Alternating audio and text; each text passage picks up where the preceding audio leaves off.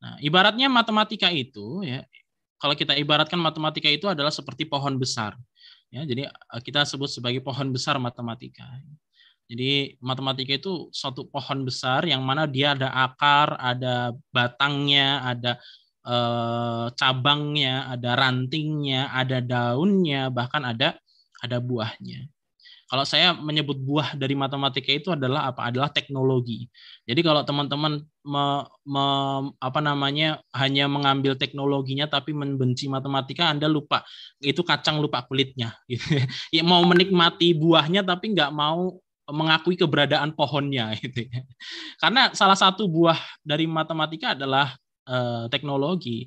Karena kalau kita belajar, ya teman-teman mungkin yang belajar di IT ya, itu kan banyak sekali matematika di sana. Yang belajar engineering juga ada matematikanya di sana gitu ya. Teknologi-teknologi lainnya juga juga dengan ada matematikanya. Jadi ya bikin robot aja ya, untuk mentuning itu programnya juga pakai bahasa matematika, permodelan matematika gitu ya. Artinya matematika ini sebuah pohon besar gitu ya, yang kalau kemudian kita lihat secara keseluruhan ya kita mengibaratkannya sebagai sebuah pohon besar. Ya, jika matematika diibaratkan sebuah pohon besar, maka pohon itu mempunyai banyak akar, bahkan akarnya itu akan banyak sekali. Nah, matematika yang ditemukan sekarang ini ibarat ranting-ranting kecilnya saja. Jadi dulu itu sudah akarnya ada akar aljabar. Nah, apa namanya akar aljabar? Eh, akar aljabar? Apa namanya? Akar akar dari aljabar gitu ya. Nanti ada yang ditemukan oleh Al-Khwarizmi. Nanti akar geometrinya itu nanti mungkin ada Euclid gitu ya. Bahkan kalau kita melihat banyak sekali yang belajar belajar tentang geometri Euclid. Nanti ada geometri yang berbeda lagi, geometri non Euclidean gitu ya. Nah, nanti kita kan banyak sekali ada Al-Khwarizmi, ada Aristoteles, ada mungkin akar-akar itu ada Al-Kindi di sana gitu ya, ada Aristoteles, ada Euclid dan lain sebagainya. Itu akar-akarnya, pondasi yang kemudian memang menopang perkembangan pohon ini gitu. Nah, berikutnya nanti ada yang mengembangkan lagi gitu ya, dari Aristoteles, kemudian ada Euclid, nanti ada Pythagoras gitu ya. Kemudian dikembangkan oleh misalkan Isaac Newton gitu ya. Isaac Newton aja sebenarnya belajar juga dia mengembangkan kalkulus, itu juga sesuatu yang baru gitu ya. Nah, ini kita mungkin sekarang ini hanya menemukan ranting-rantingnya atau daun-daunnya, atau kita justru menciptakan buahnya, bukan menciptakan buahnya apa ya?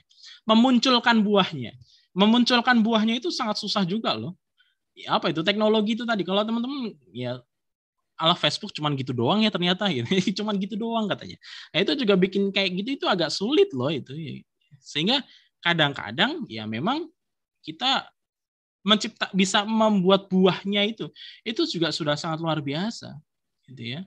Bagaimana adanya komputer itu juga sesuatu yang sangat luar biasa. Aplikasi-aplikasi yang teknologi yang sekarang berkembang itu juga sangat-sangat luar biasa sudah. Walaupun itu kita rasakan sebagai hanya buahnya saja.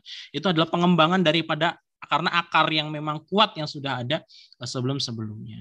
Nah, jadi makanya teman-teman ketika jadi matematikawan ya cobalah untuk menumbuhkan lagi ranting-ranting baru, atau kemudian menumbuhkan daun-daun baru, atau mungkin